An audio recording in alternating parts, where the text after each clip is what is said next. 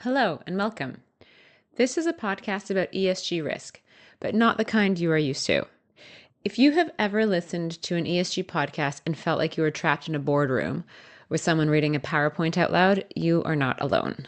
Most conversations about ESG risk are super technical, abstract, and detached from the people who are actually carrying the responsibility.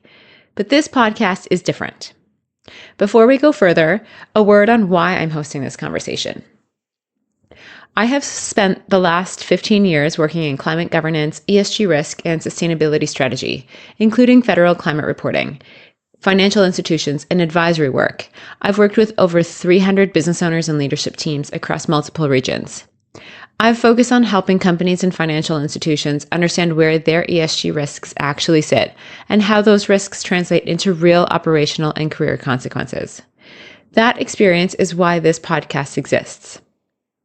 I am here to talk honestly about how ESG risk actually shows up in real organizations and how it lands on real people. Because ESG risk is not theoretical.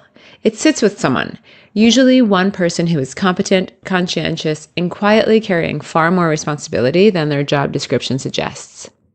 They are expected to manage environmental exposure, supply chain risk, governance questions, social issues, and increasingly digital and data risk. And when something goes wrong, it's not abstract, it becomes personal. This podcast is for people who feel that weight. In each episode, I will talk through ESG risk like it really operates inside organizations. We will talk about where ESG risk hides. We will talk about why so many teams feel reactive rather than strategic. We will talk about the moments that keep people awake at night.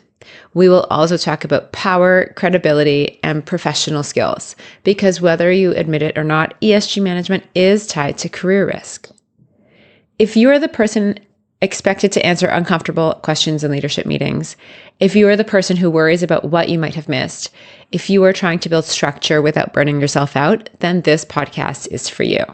And if this sounds useful to you, then you are in the right place.